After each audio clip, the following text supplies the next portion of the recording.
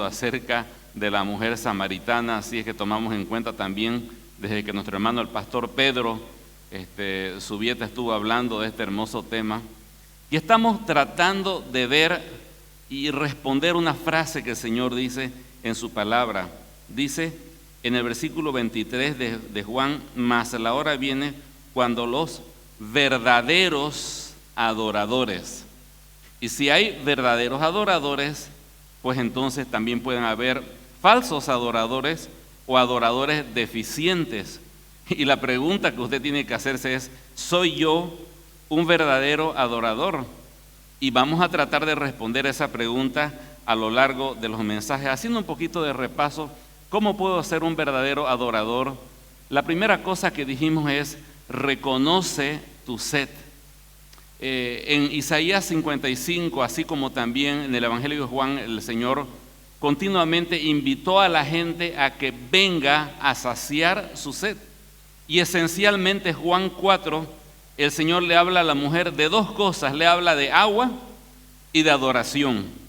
Entonces, eso de verdadero adorador está íntimamente conectado a una realidad que cada uno tiene, una sed interior, ¿no? Una sed que tratamos de saciarla con algo, esa búsqueda de la eternidad. Inclusive en Navidad es una fecha donde esencialmente la gente busca algo más allá de su rutina, encontrar paz y amor, ¿no es cierto? Inclusive en las películas habla de la magia navideña. ¿Qué es todo eso? Es un reconocimiento de que nosotros anhelamos más de lo que tenemos. Decíamos que somos perfectos, Dios nos hizo perfectos, pero nos hizo incompletos. Y necesitamos saciar esa sed. Ahora, ahí vemos a alguien tomando de un bidón de 25 litros. Quiero decirle, usted tiene diferentes tanquecitos en su espalda. Un tanquecito que se rotula familia. Y solamente la familia puede llenar ese tanque, ¿no es cierto? Tiene otro tanquecito, ¿no?, que dice satisfacción laboral, vamos a ponerle, o tener éxito o tener relevancia en mi trabajo. Y ese tanquecito usted lo llena siendo bueno en lo que hace, en su trabajo, en su oficina. Hay otro tanquecito que se llama amistad o amigos. Y ese tanque honestamente solamente lo puede llenar cuando se sienta con sus amigos a compartir algo, una comida, una salida, un deporte. Y sus amigos solamente pueden llenar ese tanque. Pero hay un tanque enorme que se llama Dios. Y solamente Dios lo puede llenar. Como la mayoría de nosotros o la mayoría de las personas no tienen esa conexión con Dios, sienten ese tanque vacío y tratan de llenarlo con amigos, con cónyuge, con trabajo, con dinero, con diversiones. Pero ninguna de esas cosas está orientada, aunque son buenas, para llenar esa sed que solamente Dios puede saciar. Es por eso que a veces nos casamos y exigimos a nuestro cónyuge: dame felicidad. Pero nuestro cónyuge no está orientado a hacernos felices. Es más, yo le digo a los jóvenes: no se case para ser feliz, sea feliz y luego cásese y haga feliz a alguien. ¿Entiende? Esa sed solamente el Señor la puede llenar. Y solamente cuando nos encontramos con Él, esa sed es completamente saciada. Así que no esconda su sed.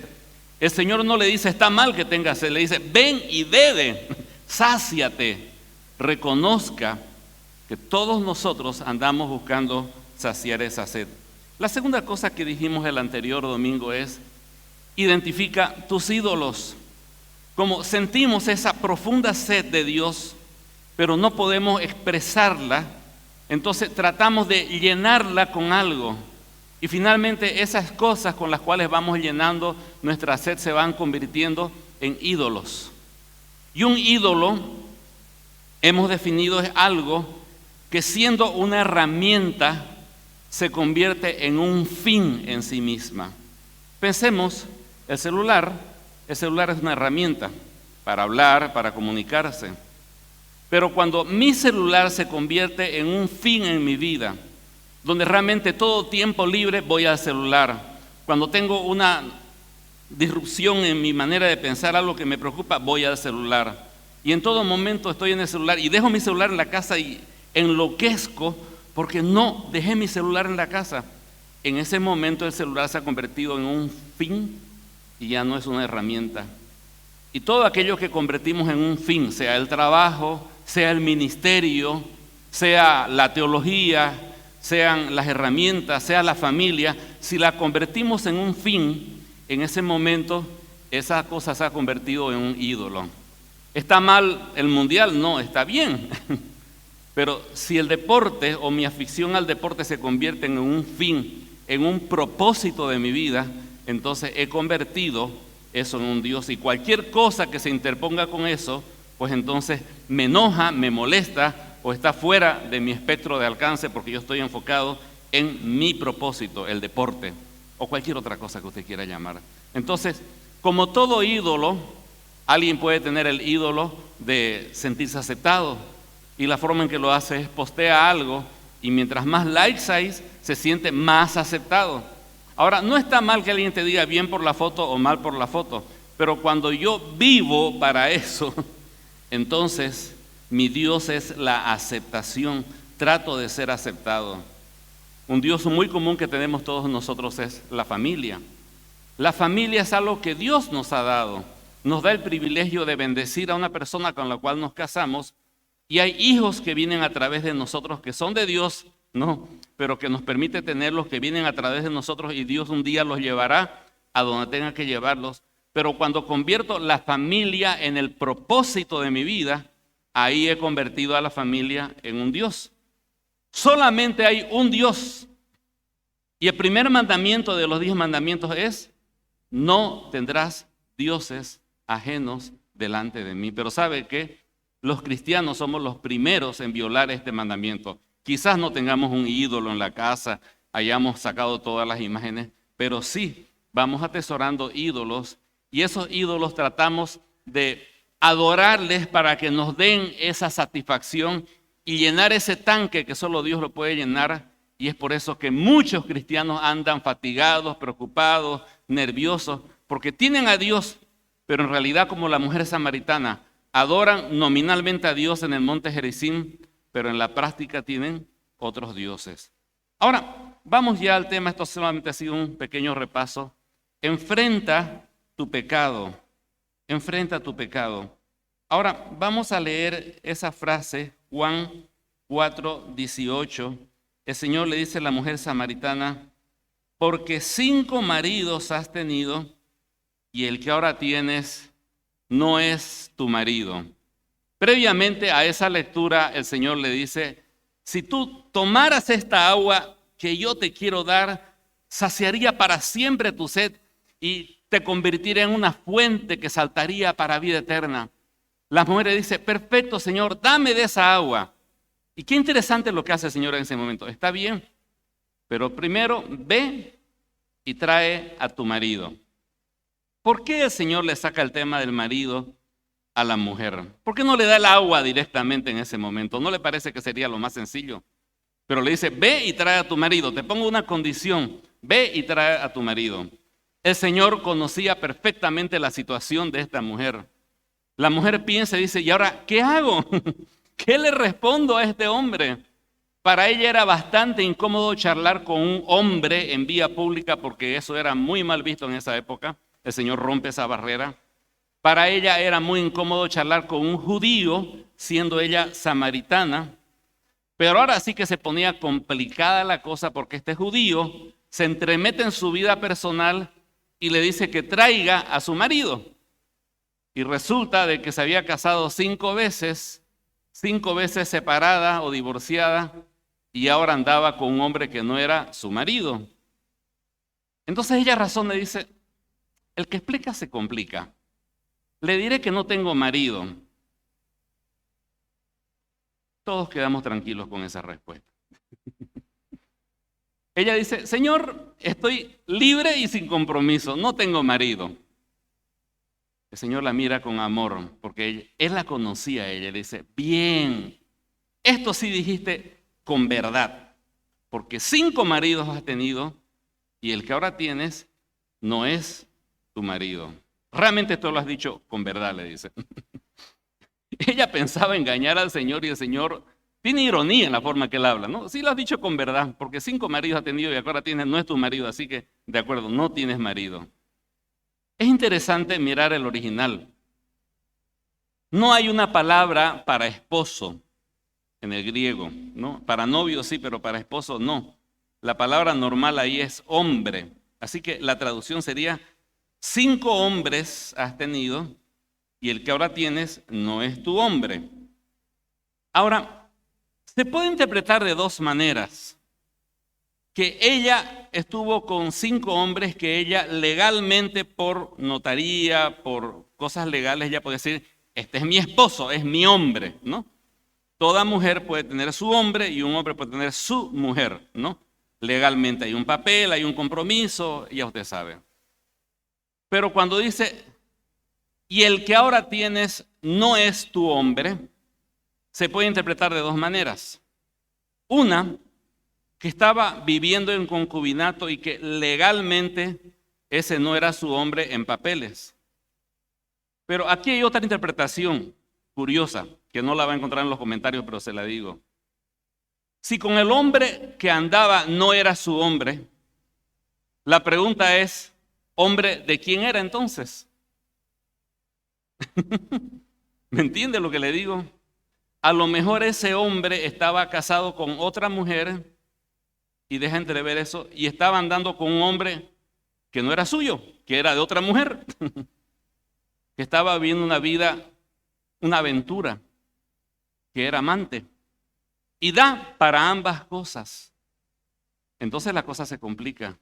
Y que este hombre en la mitad del camino le venga a decir que ese hombre con el cual anda, a lo mejor nadie sabía que estaba saliendo con el marido de alguien, a lo mejor lo hacían en secreto.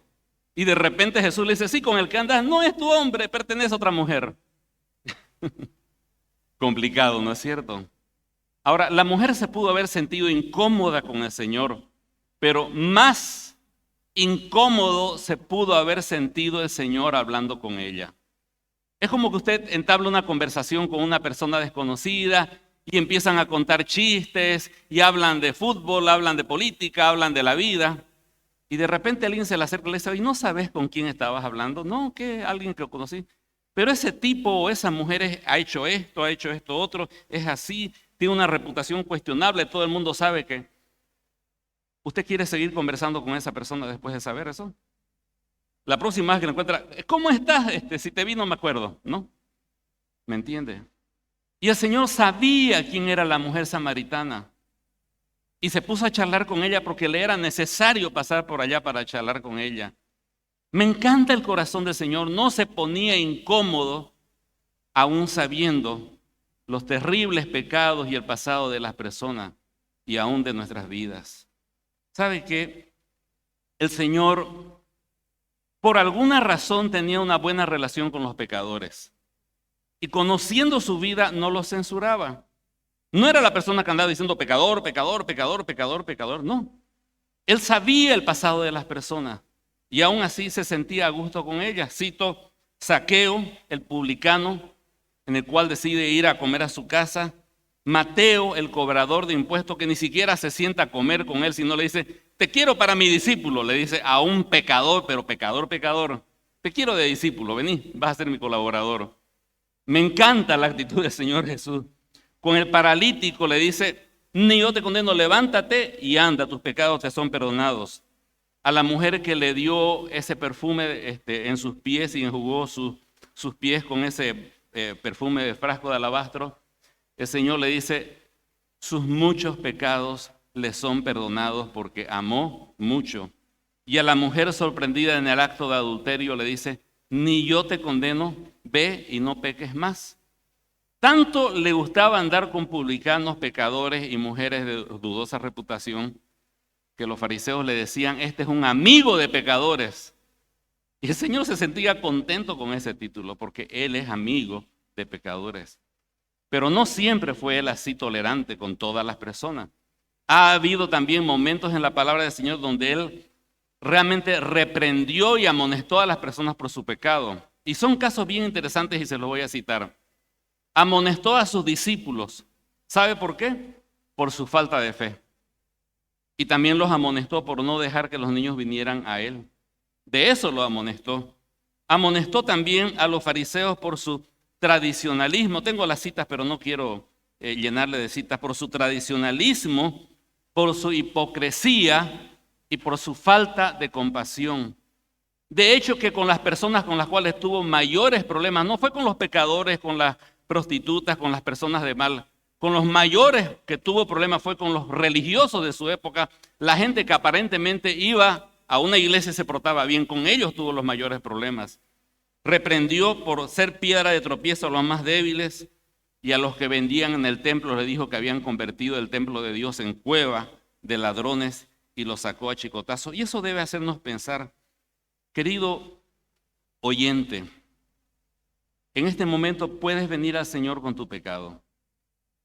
No importa que te hayas arruinado en el pecado, no importa lo que haya pasado, el Señor te acepta, te ama y Él está aquí para transformarte. Pero queridos hermanos en Cristo, el Señor tiene poca tolerancia para la falta de fe, para la falta de compasión, para nuestra hipocresía religiosa. Eso sí, le molesta, le hace sentir mal. Y quizás el Señor se sentiría más a gusto a veces afuera que con personas que se llaman o nos llamamos religiosas, pero no mostramos el corazón de Cristo a través de nuestra vida. Así que venga al Señor con su pecado. Venga al Señor tal como está. Él no lo va a apartar, no lo va a mirar de arriba abajo, no lo va a mirar sesgo. Él lo va a aceptar y lo va a amar, y porque lo ama, lo va a transformar. Pero lo primero que usted tiene que hacer es ir delante del Señor con su pecado. Ahora, ¿por qué debemos enfrentar nuestro pecado? En primer lugar, porque el pecado ofende a Dios. Y voy a ilustrarlo no con la borrachera ni con la inmoralidad, con un pecado que los creyentes tenemos bastante frecuencia en incurrir: el uso del celular.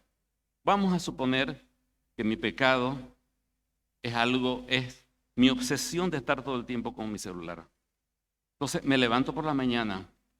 Mi primer pensamiento debería ser el Señor, porque Él me salvó, Él me rescató y a Él debe ser mi devoción. Pero lo primero que hago es: Señor, un rato por favor. Primero el WhatsApp, primero el Facebook, primero las noticias, primero la actualización de las posiciones o cómo están las semifinales, y después tú, Señor. Y caemos en un pecado tremendo. Imagínense, le decimos al Dios soberano, todopoderoso, grande y glorioso, que vino a este mundo a dar su vida por nosotros: Señor, tú estás en segundo lugar. En primer lugar está mi Dios. Ahora, usted dirá: sí, pero todos lo hacemos. Eso no lo justifica. Pero no es un gran pecado. Yo conozco otras personas que hacen. Viera usted lo que hacen. Y repito una frase que usted ha escuchado desde este púlpito, no solamente de mi boca, sino de diferentes predicadores: no hay pecado pequeño contra un Dios grande. Si usted piensa que su pecado contra Dios es pequeño, es porque su Dios es muy, muy pequeño.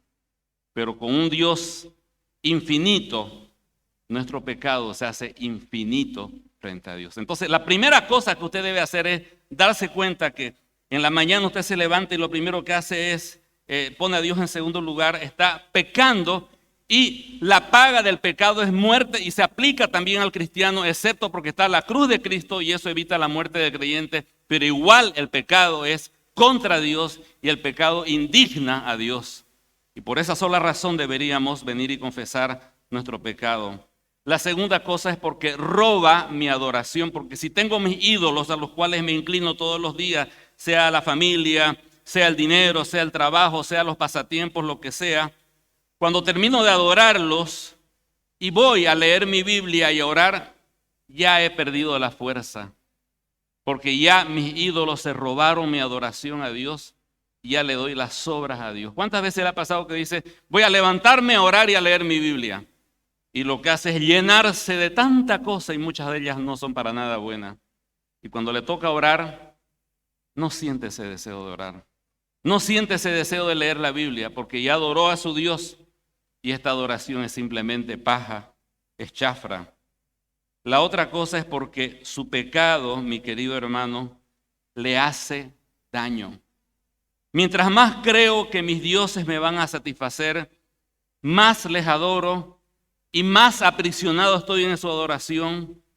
¿Y cuántos de nosotros, hablando del pecado, del uso del celular, empezamos a alejarnos de nuestro cónyuge, empezamos a alejarnos de nuestros hijos, de las relaciones reales, porque entramos en otro mundo a través del celular, que nos conectamos en otra dimensión con personas que ni conocemos, que si nos pasa algo y nos enfermamos ni nos van a visitar en un hospital, pero estamos más pendientes de sus likes, de sus comentarios, de estar en contacto con ellos, y estamos haciendo daño a nuestra familia y por ende nos estamos haciendo daño a nosotros mismos.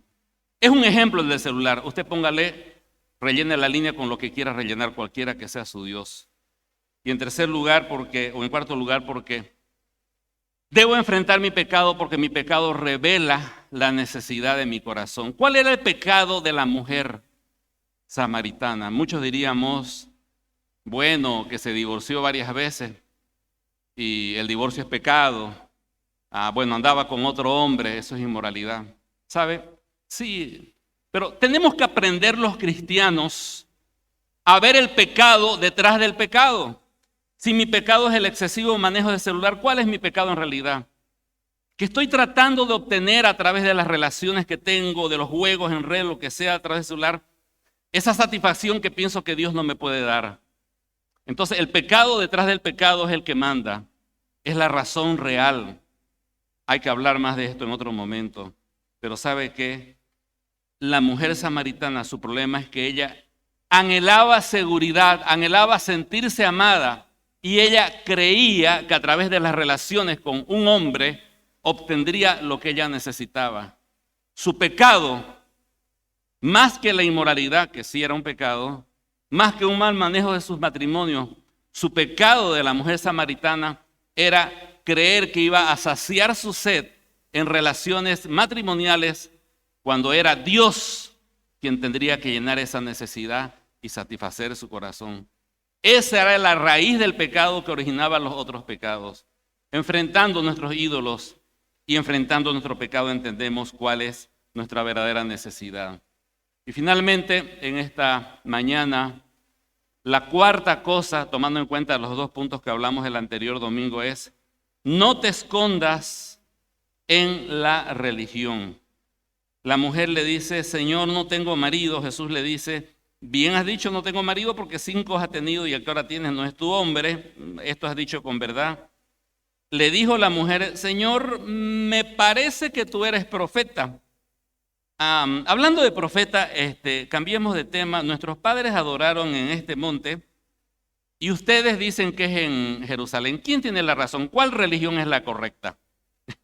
¿Entiende? Y ella trata de esconderse en una charla de religión y hasta ahora hay un debate si en realidad la mujer samaritana sacó el tema para evadir el tema de su marido y seguir charlando de eso. Señor, no hablemos de mi marido, ya me parece que la tienes clara. Hablemos de adoración, ¿no es cierto? ¿Cuál es el verdadero lugar de adoración? ¿Jerusalén o el monte Gerizim? Y algunos piensan que sí, estaba evadiendo. Otros piensan que cuando el Señor toca lo más íntimo de su corazón, su vida fracasada matrimonial y su vida de inmoralidad en ese momento, ella se da cuenta de que está desconectada con Dios y entonces saca el tema de la religión. No hay problema. Ahora, ¿es el cristianismo una religión? Quiero mostrarle algunas similitudes entre el cristianismo y todas las otras religiones. Se parecen en algunas cosas, se las voy a mostrar. Una, tanto el cristianismo como también cualquier religión afirma que hay un ser superior. Nosotros le llamamos Dios, otros le ponen otros nombres. En segundo lugar, todas las religiones coinciden en que hay el bien y el mal. Por lo general, habrá algunas excepciones, pero por lo general todas las religiones creen en el bien y en el mal. Ahora, todas las religiones, de alguna manera implícita o explícitamente, muestran de que estamos separados de esa deidad. Si vamos a los griegos, bueno, los dioses del Olimpo estaban en el panteón del Olimpo y el resto de los mortales estaban en las ciudades de Grecia y después de Roma en aquella época. Y así cada religión está consciente de que Dios está allá o los dioses están allá y nosotros estamos acá y hay una distancia que nos separa. De hecho, que es interesante que la palabra religión viene del latín que significa religare. La idea es que Dios está arriba. Las religiones son diferentes creencias que vamos creando, pero tratan de religar, ahí viene religare o la palabra religión, a Dios. De alguna manera entonces todas las religiones es como que están al pie de la montaña, ¿no? Esto lo saqué una ilustración de David Platt. Entonces todas las religiones están al pie de la montaña y Dios está arriba. Y todas las religiones intentan, a través de diferentes partes de la montaña, diríamos diferentes caminos o creencias, llegar al mismo punto, pero al final todas las religiones quieren llegar a Dios. ¿Está usted de acuerdo con esto? Está bien, ¿no es cierto? Hasta aquí estamos bien. Ahora, la pregunta que podríamos hacernos es, ¿qué pasaría si en lugar de que Dios esperara allá arriba en su montaña que nosotros lleguemos a Él? ¿Qué pasaría si Dios decidiera bajar de la montaña y llegar al hombre? Eso las religiones no lo muestran. Siempre los dioses están arriba y el hombre tiene que hacer algo para llegar a ese Dios. Pero ¿qué tal si ese Dios decidiera, al ver que no podemos llegar a Él porque la montaña es demasiado alta, Él desciende y se identifica con nosotros y se hace como nosotros y nace en un pesebre como lo que vamos a celebrar en este fin de mes y vive como nosotros y arma su camping con nosotros y finalmente a través de la obra que Él hizo en la cruz traza un camino para llevarnos, y no es que nosotros mismos vamos corriendo, Él tiene que llevarnos, ¿no?, al Padre. Esa es la diferencia entre las religiones y el cristianismo. Quizás no puedan leer todo lo que está ahí, pero quiero hacer una comparación entre lo que es las religiones y el cristianismo. Pedí prestado 3 ideas de Tim Keller que son muy interesantes y aumenté otras más. Ahora, la religión piensa que lo que nos separa de Dios es la falta de un buen método. Los budistas tienen su método, los maometanos o musulmanes tienen su método y así cada religión. Si tú tienes el método, puedes subir la montaña. El cristianismo es la única fe que dice que lo que nos separa de Dios es el pecado. No hay nada que puedas hacer porque tu problema es que eres pecador. Somos pecadores empedernidos, somos pecadores obsesivos compulsivos, somos pecadores por naturaleza y somos profesionales en el pecado. Pecamos a la menor provocación. Somos pecadores y eso nos separa de Dios. La religión separa a la humanidad en 2 tipos de personas. Las buenas, los que socialmente hacen lo correcto y cumplen con su religión, y las malas, los que no hacen socialmente lo correcto y no cumplen su religión. La palabra del Señor enseña que no hay delante de Dios buenos. Esa es la diferencia del cristianismo, por cuanto todos pecaron y todos están destituidos de la gloria de Dios. La religión piensa que puedes compensar tus pecados con tus buenas obras. Está bien, has hecho hoy día 5 malas cosas, pero si haces 5 buenas cosas ya se equilibra la balanza. La palabra del Señor es más coherente con la justicia. Aquí hay abogados, está nuestra hermana Danya y quizás hayan otros más. Si yo les preguntara a nuestros abogados, si soy acusado de un delito, ¿puedo llegar a la corte, querida hermana Danya, y decirle, he vivido toda mi vida correctamente, perdónenme este delito? ¿Me lo perdonan? De ninguna manera. Y la Biblia es coherente con eso. Tus buenas obras no compensan tus pecados. Está bien que hayas sido bueno, perfecto, felicidades, pero ¿qué haces con tus pecados? Tienes que solucionar eso. La otra cosa es que puedo salvarme a mí mismo portándome bien, tengo que esforzarme y subir la montaña. El cristianismo dice que no hay nada que puedas hacer, necesitas un salvador externo que venga y te salve. Y si necesitas un salvador, se sobreentiende de que no puedes autosalvarte a ti mismo a través de tus buenos esfuerzos. La religión dice, obedezco y si obedezco correctamente, seré aceptado por las deidades. El cristianismo te dice, primero Dios te acepta en tus pecados, te transforma, te renueva, te hace nacer nuevo y luego tienes la capacidad de empezar a portarte bien con la nueva vida que Dios te da. ¿Entiendes? En la religión estoy motivado por el miedo y la inseguridad. Ay, no sé qué haré. Bueno, oraré por si acaso y echaré manos de esto y esto también. Motivado por el miedo y la inseguridad. El cristiano está motivado por el gozo y la gratitud de haber sido salvado. En la religión oro cuando las cosas se ponen complicadas. Estoy con enfermedad, oro. Después me olvido. En el cristianismo tú oras como una forma normal de desarrollar tu relación con Dios porque amas a Dios. En la religión estoy muy enfocado en lo que yo puedo lograr para agradar a Dios. En el cristianismo lo que importa es lo que Dios hace en ti y a través de ti. Entonces, ¿es el cristianismo una religión? No. Es completamente diferente a cualquier creencia religiosa.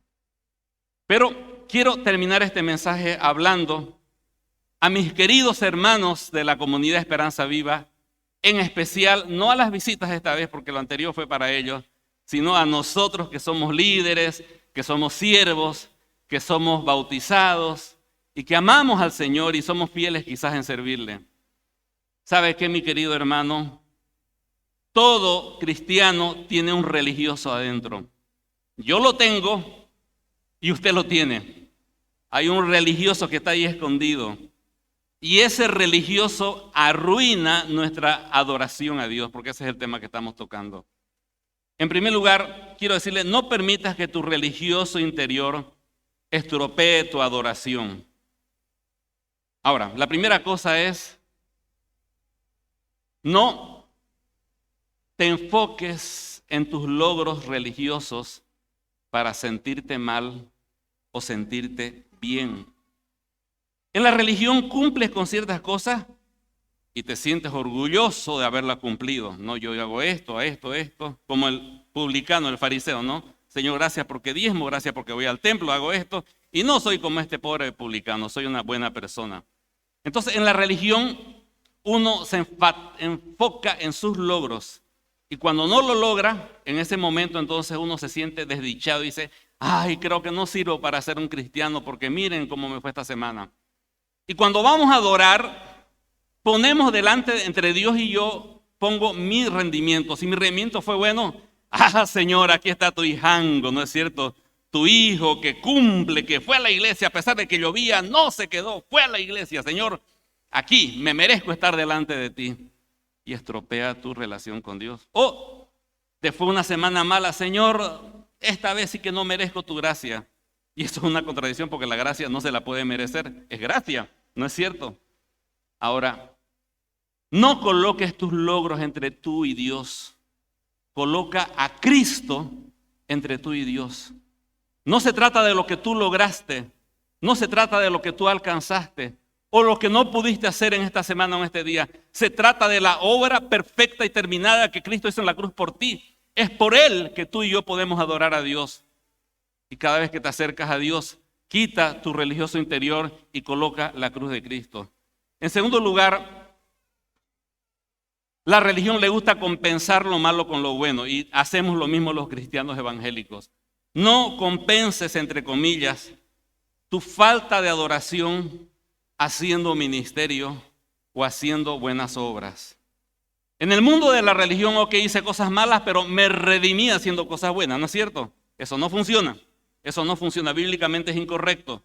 Pero muchas veces decimos, está bien, no leí mi Biblia durante la semana, no oré en mi tiempo devocional, no fui a la iglesia. Pero eso sí, hice obra social, ayudé también, puse mis diezmos, o estuve en mi ministerio firme para hacer lo que tenía que hacer, o fui un buen padre de familia. Compenso. No compensa.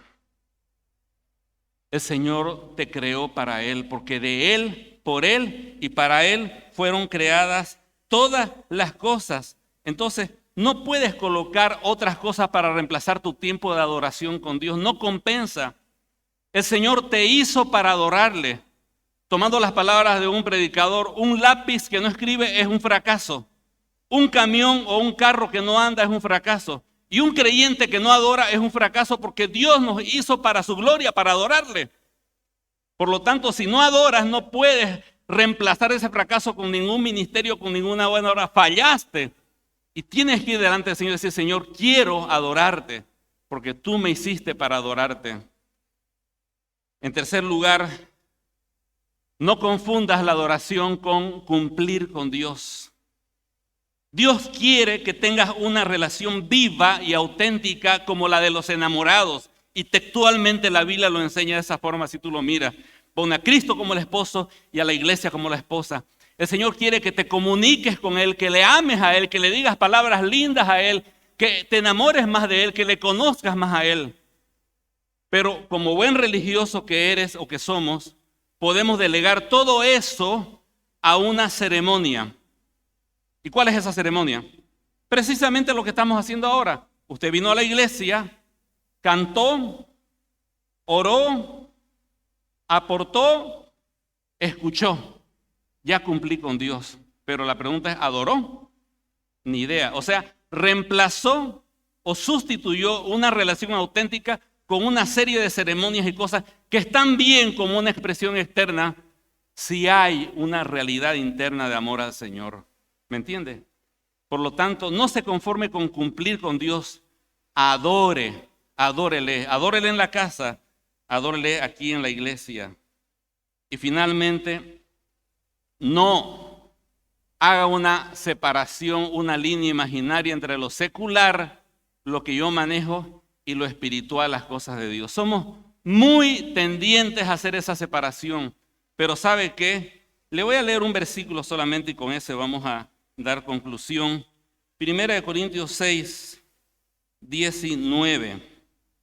1 Corintios 6, 19. Si quiere, abra su Biblia en este momento y termine con este versículo, porque va a ser de mucha bendición para su vida. Antes de leerlo, en el Antiguo Testamento estaban los sacerdotes que eran lo sagrado y el resto del pueblo que era lo secular. Estaba el templo que era lo sagrado y el resto del pueblo que era lo secular. Pero cuando Cristo vino y dio su sangre por nosotros, nos compró completitos a todos nosotros. Así que se acabó esa diferencia imaginaria entre secular y santo. Ahora fíjese lo que dice este versículo 19. ¿O ignoráis que vuestro cuerpo es templo del Espíritu Santo? ¿Qué es su cuerpo? Templo del Espíritu Santo. ¿Ya? El cual está en vosotros, el cual tenéis de Dios. Ahora subraya esa frase. ¿Y qué cosa? Léalo fuerte. Y que no, léalo fuerte. Y que no sois vuestros.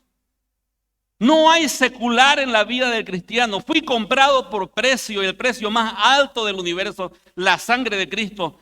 Mi cuerpo le pertenece a Dios y por tanto todo lo que haga, lo que piense, lo que quiera hacer, mi capital, mi patrimonio, lo que pudiera llegar a ser en el futuro, mis diversiones, mis pasatiempos, las películas que veo, el tiempo que paso con mi familia, todo es santo.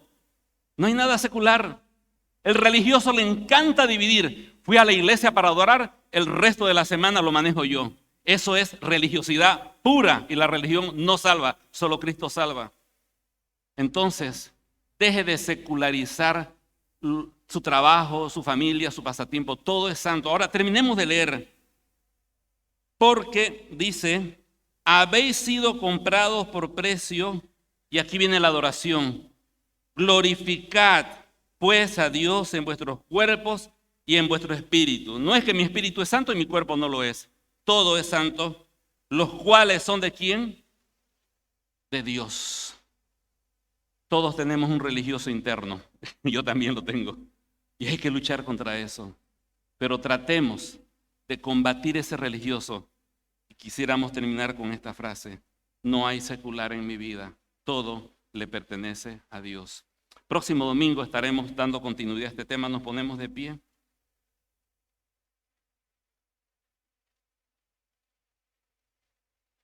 Gracias, querido Padre, por este tiempo tan especial.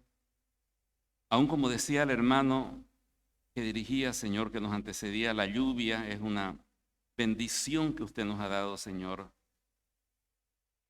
Y como toda bendición, como la lluvia, una comida deliciosa, el cariño de la familia, el amor del cónyuge, la cuenta bancaria, las diversiones y distracciones, todas esas cosas, Señor, que usted nos ha dado, son santas. deberíamos, Señor, santificarlas, y todas ellas deberían enfocarnos no en sí mismas, sino en el dador de ellas. Seguramente, amado Padre, al salir de acá, habrá una comida, habrá un tiempo de descanso, habrá un compartir con la familia. Seguramente mañana lunes disfrutaremos del trabajo y sintiéndonos satisfechos de hacer las cosas bien, de cumplir correctamente. Y así, Señor, todas esas cosas son buenas porque usted nos las dio. No permita que las convirtamos en un fin en sí mismas, menos aún que sean nuestros ídolos que nos traigan satisfacción, porque no funciona así, Señor. Que cada una de esas cosas nos lleven a mirar a usted, el Dios grande, el Dios poderoso, el Dios santo y soberano, lleno de amor, de misericordia, de justicia y de gracia, el único que puede llenar a plenitud nuestras vidas con esa agua viva y no solamente satisfacer nuestra sed interior, sino convertirnos en una fuente de agua que salte para vida eterna y que impacte a nuestros vecinos, amigos y familia. Padre celestial, solamente usted llena nuestros corazones. Somos vidas sedientas, Señor. Andamos, Señor, de rumbo en rumbo, Señor, medrando por aquí, por allá, tratando, Señor, de encontrar algo que satisfaga nuestro ser interior. Y cuando nos encontramos con Cristo, nuestros corazones, nuestras vidas son llenas. Señor, que no rifemos, Señor, esa plenitud de Cristo con las cosas de este mundo, para que cuando nos toque adorarle, Señor, nuestros corazones latan de gozo, de alegría de estar frente a su presencia y decirle cuánto le amamos. Gracias por este tiempo. En el nombre bendito del Señor Jesús. Amén.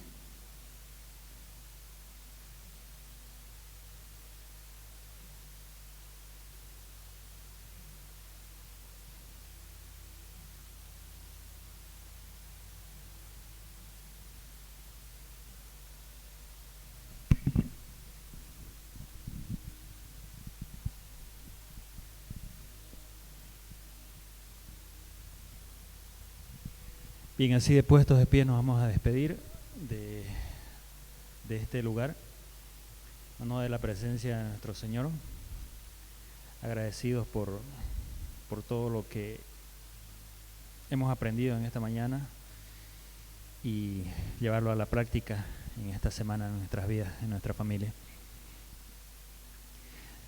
No se olviden, hermanos, de que ahí está el alfolí para la ofrenda misionera, para apoyar a nuestro hermano, y también con oración, apoyar en oración y económicamente para que él pueda llevar a cabo el propósito que Dios ha puesto en su corazón. Amén. Te damos gracias, Señor, por este tiempo.